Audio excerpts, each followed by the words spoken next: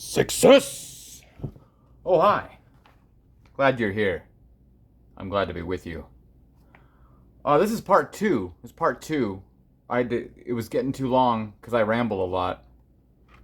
So you should be watching this after part one, or you're gonna miss like the headliners.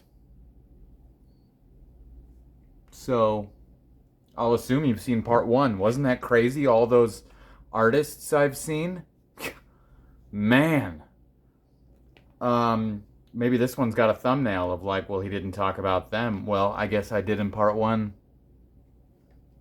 Yeah. I probably talked about Michael W. Smith, Weird Al, Korn, Jonathan Davis, Tool, Pussifer, A Perfect Circle, Maynard James Keenan, Annie DeFranco, Bjork, Tom Waits, Lewis Black, Jerry Seinfeld, System of a Down, Godsmack, Nine Inch Nails, Audioslave, Linkin Park, Snoop Dogg. Some of those I met. But you'd have to watch part one to get the whole story. Or at least pieces of some of the stories. Anyway, so other artists I got to see. So we were talking about, how fortunate I was to have seen Audioslave and Linkin Park while certain people were still with us. We were talking about how Snoop Dogg was saying, if you got weed, then smoke it. I haven't heard better advice than that. Okay, so in that vein, we have the connection with where, like I was saying, most of these artists I was able to see because they opened for Korn, and I was seeing Korn. Anywho, I also got to see Primus. This was more recent, a few years ago, at Red Rocks. Again, if you're not familiar with Red Rocks Amphitheater, it's in Colorado, and it's the greatest venue for an artist to play ever. Like, seriously. Check out part one for my awesome Tool story. And Bjork. And beer. Anyway, but I got to see Primus there. That was a really good show because it wasn't just Primus. It was also the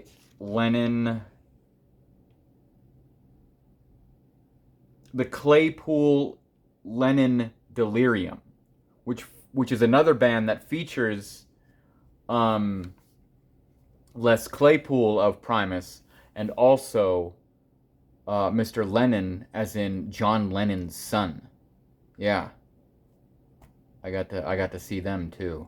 That's kind of crazy. So I never got to see the Beatles, but I got to see the best Beatles kid. I was actually named after a Beatle, believe it or not. My name's Paul. My father would say that it was a biblical name, but I'm sure he won't say that anymore now that he's atheist.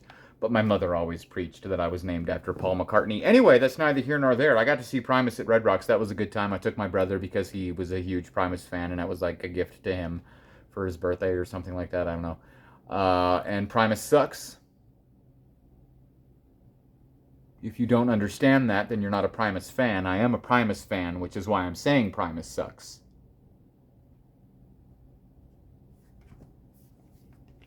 I remember discovering like their Wynonna's Big Brown Beaver music video with the rubber outfits on MTV back when they played music videos back in the 90s with my brother, and then we were like, oh, this Primus band's pretty cool.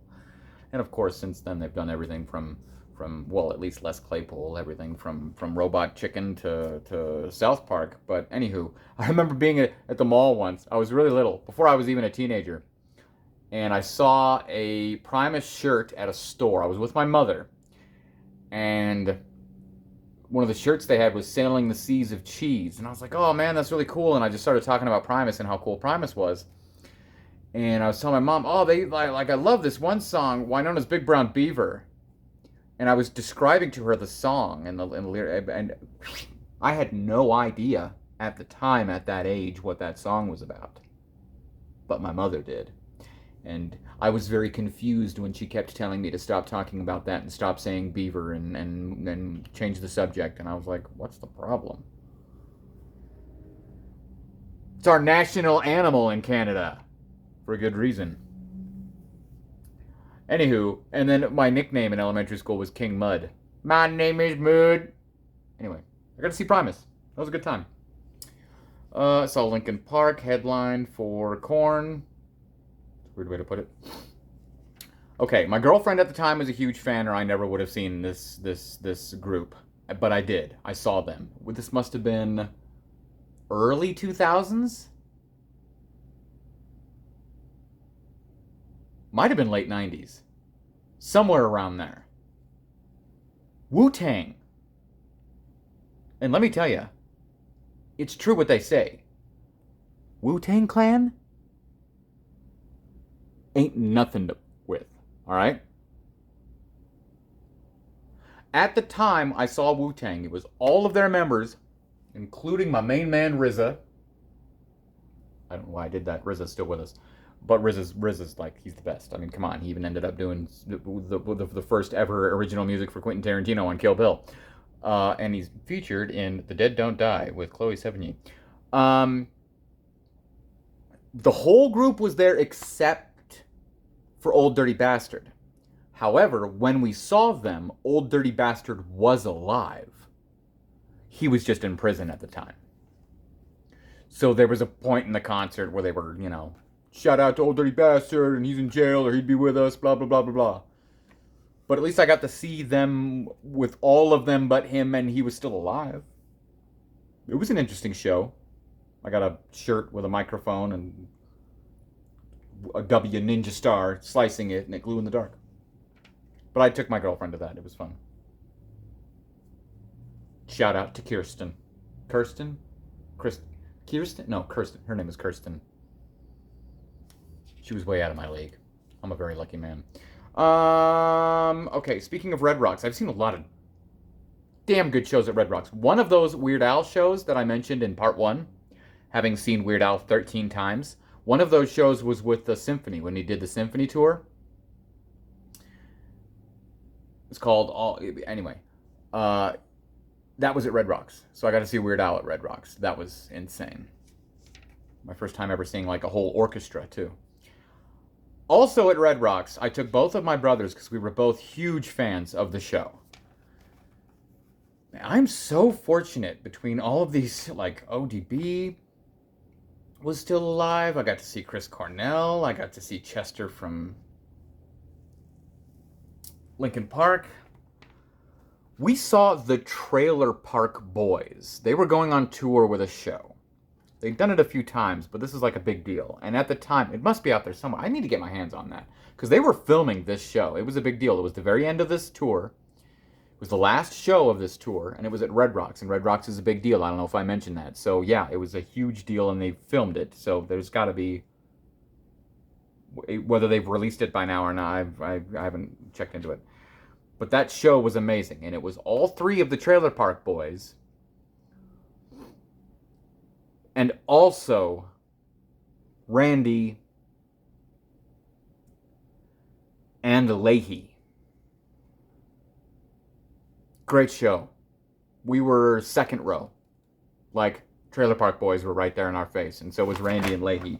They were selling cheeseburgers, and at one point Leahy was so drunk that he passed out on stage. But that God bless him, old man was lying down on that chilly stage, not moving a muscle for Lord knows how long to stay in character. This was like, I want to say days or maybe weeks at the most, but this was right before he passed away. This was literally his last show before he died. But I got to see him. Very, very blessed. Very blessed. Limp Bizkit opened. I've seen Limp Bizkit back when they were a big deal. They were opening for Korn. Fred Durst. We didn't like Fred Durst. Limp Bizkit's okay. I have one of their albums. Great album, actually. Great album. It's the one that's got Break Stuff. Great album. So I like Limp Bizkit. Mad respect.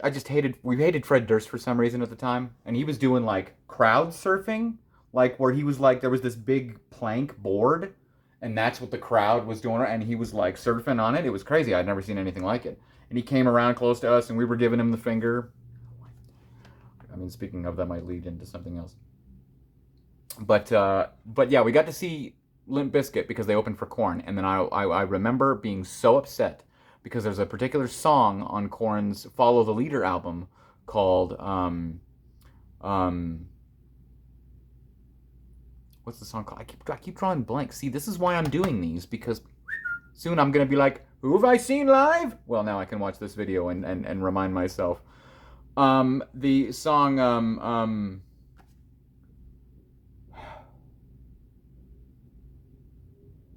getting old. I'm 40. I'm gonna have dementia in 30 years.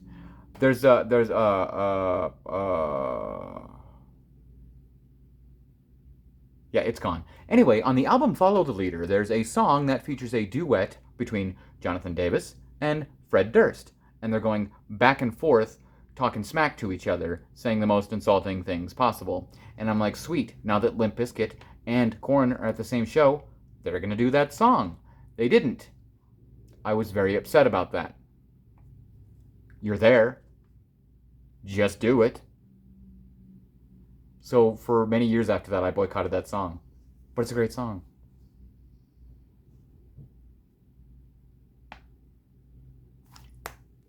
All in the Family. Thank you. They did it for the Family Values Tour. Whatever. Okay. So I got to see Limp Bizkit. Hooray.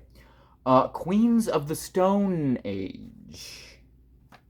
I almost said Stoned Age. That's a movie. Queens of the Stone Age. I've seen them. I've never seen Nirvana. I've never seen Foo Fighters. But I've seen Dave Grohl. Queens of the Stone Age was actually really good. I'm not a huge fan. I appreciated some of their other particular songs after the fact, but I was very appreciative to have seen them. I remember at one point they said, brace yourselves for the next few songs, because this should be about the time that the drugs start kicking in as we pumped them all into your water supply. It was funny. But Queens of the Stone Age was really, really, really cool, and they opened for Korn. That's why I saw them. So that was a good time. Evanescence. I saw Evanescence back in their heyday. This is even before Amy Lee did the Freak on a Leash duet with Jonathan for the MTV Unplugged. So this is before that. This is when Evanescence was in their big heyday for their big hit. You know, back when their song was in Elektra. Daredevil? Yeah, Daredevil had 2 songs in it. Anyway. Amy Lee. I'm very thrilled to have seen Amy Lee. I saw Evanescence because they opened for Korn. I've seen so many good shows just because I saw Korn freaking 10 times.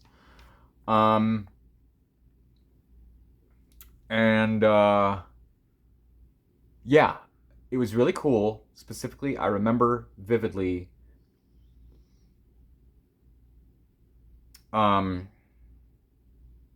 Amy Lee played that. It's a Doors song, I believe. People are strange when you're a stranger. She played that on the piano, and I loved it.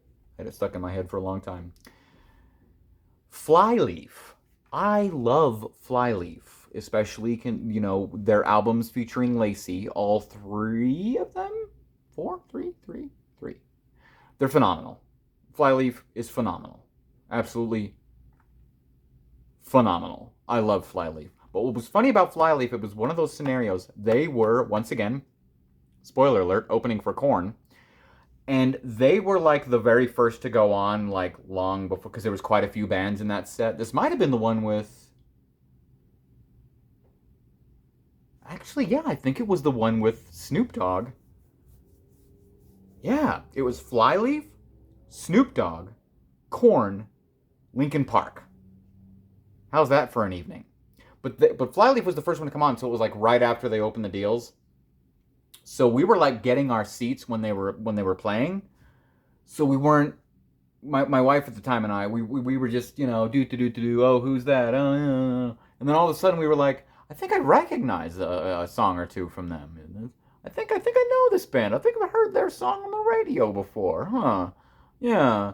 And then I remember we were like, oh my gosh, this little, because Lacey, she was rocking out and she's all teeny tiny. And I remember she was barefoot and she was standing on one of the huge speakers and she jumped off the speaker and we were like, man, this chick can rock, man. She's really come to many times, sometime later, I become a huge fan of Flyleaf. I think it was thanks to Rock Band, the video game. Had I'm So Sick on it, and I loved playing that song. And then I opened my world up to all of Flyleaf and became a huge fan and was like, dang it, I got to see them live but didn't appreciate it at the time. Much like Tom Waits in part 1. But looking back, I'm very glad I got to see Flyleaf. I just wish I was like more invested at the time. I would have, because this was before they were even a household name. Like this was like they're very like trying to get traction on their first album. So there wasn't much of a crowd up there, just their normal groupies. But if I would have known at the time, I would have been, running up to the front to get a close eye of I like Lacey. So Flyleaf, dope.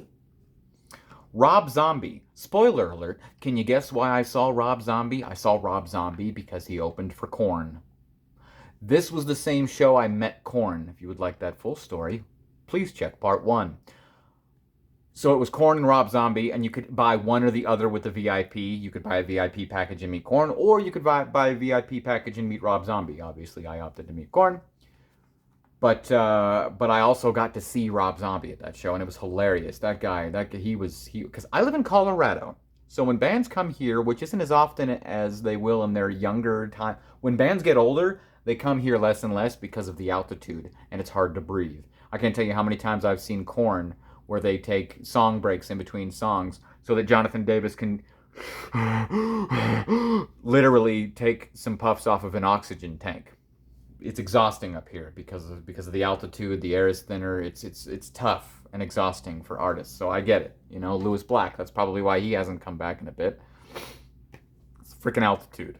Anyway, so Rob Zombie was like at one point he was like so out of it. He seemed to be pretty effed up at times because he was rambling on about like weird stuff that didn't make any sense.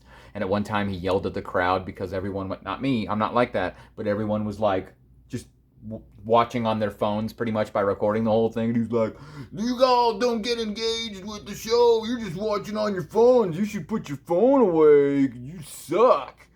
He was all mad about it, and he had a point. He was one of the first ones to bring it up. Now everybody brings it up, but back then he was like, man, why are y'all watching a concert on your phone when you're here? I enjoyed the concert with my eyeballs and my ear. I have tinnitus now because of all these concerts, by the way.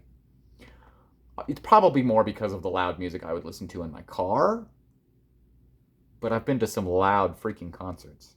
Nothing as loud as those damn friggin' monster trucks. Anyway, so Rob Zombie, I got to see him. Good time. He had a huge stage production. It was great. Fantastic. Wonderful time. And I got a clown shirt for Korn, so that the clown was kind of like Captain Spaulding to commemorate how Rob Zombie was also there, but it was also the show where I met Korn that I have a picture of. That's probably the thumbnail for part 1. Sure. Let's make it so. Snoop Dogg, mentioned him, opened up for Korn. Mars Volta. Probably seeing Mars Volta is the only time I've heard Mars Volta. Except for maybe a couple other times with my brother. My oldest brother who went to this particular concert. It was me, my wife at the time, and my oldest brother. My wife and I were going for System of a Down. My brother tagged along to see System of a Down, yes, but was very thrilled that Mars Volta was opening for System of a Down. Yes, I might not be a big Mars Volta fan, but I at least appreciate the fact that I saw them live, and boy, did they put on quite the show. Very psychedelic, if you will. So, yeah, I got to see Mars Volta open for System of a Down. I talked about System of a Down in part 1, by the way, but my brother was very excited about seeing Mars Volta, and they were pretty cool. I remember the dude had an afro.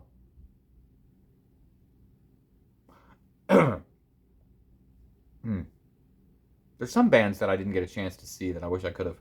Like, the one that comes to mind, like a band that was in town once, and I didn't get a chance to go, and they've never come back since. Flowbots. I have not seen the Flowbots. I wish I could see the Flowbots. That's like a bucket list band for me now. If they ever come back, or if they do another freaking album, for goodness sake. Flowbots are amazing. Anyway, so saw Mars Volta, Chevelle, back in their early day of that first big hit album. You know, the one with the song The Red and stuff like that. I love that song. I love that video. I love that band. They opened for Korn once. So yeah, and this was one of the times when my wife and I were on the floor. Might have been the same show. Might have been the same show where I got Monkey's pick. I have one of Monkey's picks. Not that I care anymore because I have their freaking autograph and a picture with Korn because I met Korn. But Chevelle opened for one of the Korn shows and they rocked the. And there's the one dude, because they're like brothers, I think. And there's the one dude, like the bassist, I think. He's always got his shirt off. He's like never wearing a shirt. And we were like right up, like in his face. And he was like, he might have been guitar, whatever he is, but the one with no shirt. And he's like rocking out, and I was like, play it, man! I was screaming right at him. I was so excited. And he looked at me right in the eye, and he was like, yeah! And I was like, yeah, he looked at me! That'll be young again. It might have been the show where she got hit in the head with a shoe. Who throws a shoe? Korn fans, apparently. We went over that already. It's disturbing when someone throws a shoe, really. In fact, it might have been this show, Disturbed. Was that the one? Some of these, like, I feel like 3 of these were the same show. They all opened for Korn. I've also seen Disturbed. Would I ever go see Disturbed? Absolutely not. Do I like Disturbed at all? Absolutely not. But I saw them because they opened for Korn, and I just remember that one lead singer dude was a freaking idiot. I'm like, you're a moron and I hate you. Because one of some things that people do at rock concerts, you know, whether it's the devil horns or the I love you, or sometimes it's the middle finger. It's just us being like, we're rock and roll fans and we're tough and we hate everything. Like it's just their way of venting. So people were flipping off the middle finger. I don't think it was intended at him like, F you, man, you suck. Even though that's what my wife and I were doing to Fred Durst. So I guess it's possible, however highly unlikely. But either way, it's definitely not worth making a big deal about it, as the lead singer of Disturbed did, and was like, I see all you people giving me the middle finger, and when I see that, all it says to me is F you, and like, that's not cool, man. So like, F you. I was like, really? What is this, elementary school? Grow up, dude. You're a freaking rock and roll star. You can handle some middle fingers. Move on. Very impactful, as you can tell. Stained. I saw Stained. You probably have never heard of them because they were a big deal for a little while. They sing that one song. I can't even remember it anymore. It was like an acoustic thing, and there was all these candles, and like it was a big deal on MTV at the time. And this was back when, you know, Korn was being huge, and Limp Bizkit and Stained. This might have been that show, actually. So I got to see Stained. They were all right. They were all right. Claypool Lennon Delirium, yep, went over that. POD. See, like Flyleaf is technically a Christian band. But A, it doesn't matter, and B, not necessarily, because like their lyrics aren't very like jammed down your throat, and they're not like Christian. No, they just have kick-ass music and really cool lyrics that could be interpreted as like a relationship, but if you're really paying attention, it's like, oh, she's obviously singing about Jesus, and that's fine because their music kicks butt. POD, however, was the other spectrum. This was way back in the early days. Way back when they had that original album with the song Alive. I love that song, by the way. Alive. I'll never forget one time I had to get tested for STDs and found out everything came back negative. And so I turned on that song and sang along. I felt so alive. That's a great song, though. POD's Alive. And great video, too. Oh, man, I remember back in the day where music videos were a huge deal. And you would spend all summer watching MTV all day and VH1 and all these music videos. And back in the summer of '69, not then, but Yeah, man, I wish music videos were a big of a deal now. Because, you get these DVDs like Tool and Korn. Tool and Korn have some of the greatest music videos of all time. But Alive was really good too. And I saw POD early days, but this was like downtown Colorado Springs and like this little tiny venue. And literally, because they're very much so a Christian band who barely made it mainstream. And then now you probably haven't heard of them. But they, um, they after their show, a preacher came out to talk to the crowd about how Jesus can save your soul. So that was very much so like a Christian production. Thanks, POD. Now we're going to preach. And we were like, let's get out of here. I'm going to call my ride. The last time I saw Tool, because I've seen Tool 4 times, not to mention the 8 times I've seen Maynard. Check out part 1 for further details. But the last time I saw Tool, there was a band from, I believe from England, called Blonde Redhead. And I think they're kind of a big deal, and they've been around for a while. I had never heard of them, but I'm acknowledging them because they kicked butt, and we had front row seats.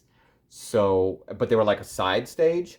So when they were like coming off the stage, like we saw them chilling before they went on and didn't realize who they were, and then saw them perform. And I was like, wow, they're really awesome. I did some research after the fact. They're kind of a big deal. And when they were coming off the stage after performing, I was like, hey, that rocked. You guys kick butt. And they were like waving and acknowledging me. And I was like, oh, thank you.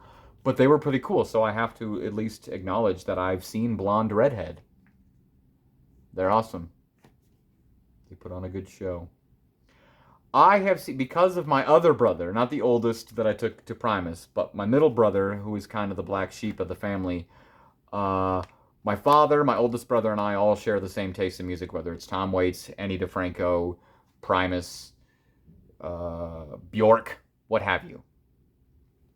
My middle brother likes rap. Growing up, I had to wake up every summer, every day, to Bone blaring. I know most Bone because of him. Although I will give credit to their Art of War album. I think Art of War is an amazing album. I love it. And that one song with Tupac, love that song. That's the one Bone song where like I could bump that anytime. And they did that live. I saw Bone Thugs and Harmony. All of them. Even no, wait, Busy wasn't there. That's right. Busy wasn't there when I saw them. He was there when my brother saw them. Again, another time. But I did end up seeing Bone twice. Neither times with Busy, though. If I'm remembering correctly. But I saw Bone. And this was more recently. In recent years, I should say. So, long after their heyday.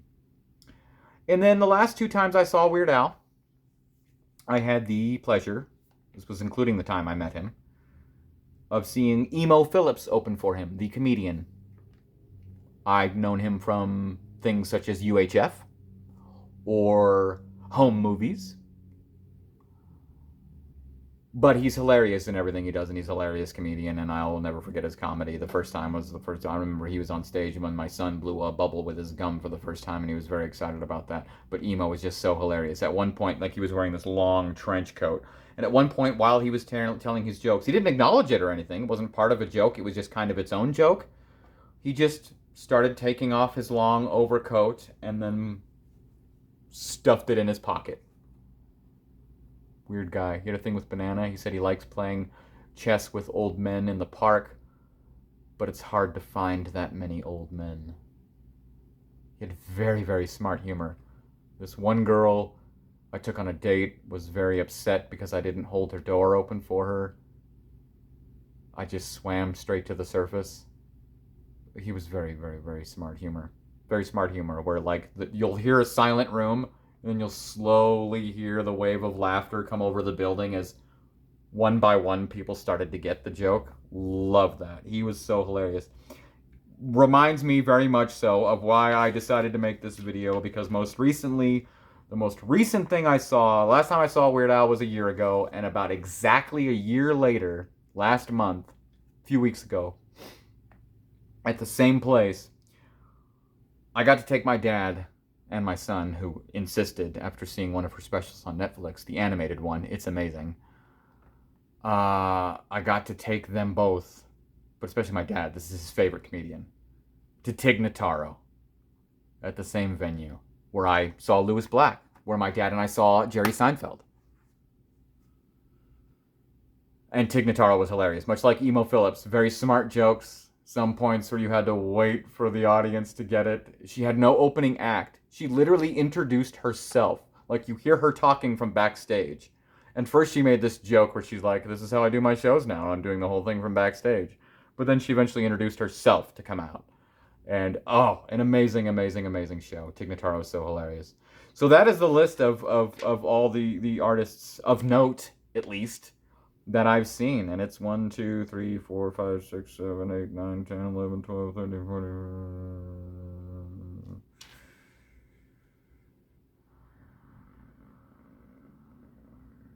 37, 38 artists that I've seen live. Because as I said in the other video, I just did. I didn't think about how, oh, I can't afford that, or oh, it's too expensive, or oh, how am I going to get there, or ooh, who am I going to take? I just did it. And I'm so glad to have all of these wonderful memories that I hope I can retain forever. But just in case, I have them documented. I've seen these things. I've seen all of these amazing artists. Most of them thanks to seeing Korn freaking 10 times and having met them, and seeing Weird Al 13 times and having met him. Weird Al being my first concert with my father, and then my father and I's first concert with my son, and then our last concert. It's you know, I've seen Tool 4 times, Pussifer twice. I've met Louis Black. I mean, I saw Jerry Seinfeld.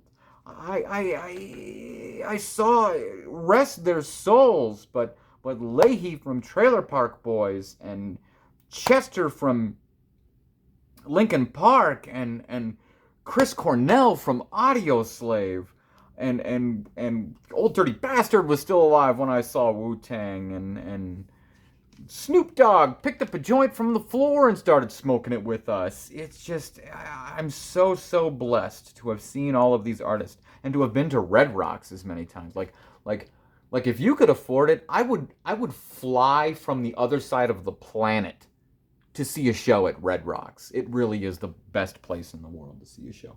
But I'm very, very blessed, very thankful. And if you want those similar experiences, just do it. If your rent's going to be late, it's going to be worth it to see Maynard on stage with a shake weight on his birthday. Okay? I got to meet some of my hero, Jonathan Davis. I got to meet him. And I got to thank him for saving my life. And then he thanked me, looked me right in the eye, shook my hand. I got to meet Weird Al and tell him how impactful my life was growing up with listening to his music with my father. And then my son growing up and listening to his music with me. 3 generations bound together by one artist. It's the communal experience of a concert specifically. Being there with all those fans, singing along with your favorite artist. Anyway, here's to whoever's next. Speaking of Red Rocks, Perfect Circle, Primus, and Tool, all of whom I've seen, but they're gonna be at Red Rocks, all on stage at the same time in a few months. And I'm wondering if and how I could go, but as we all know, I'm just gonna do it.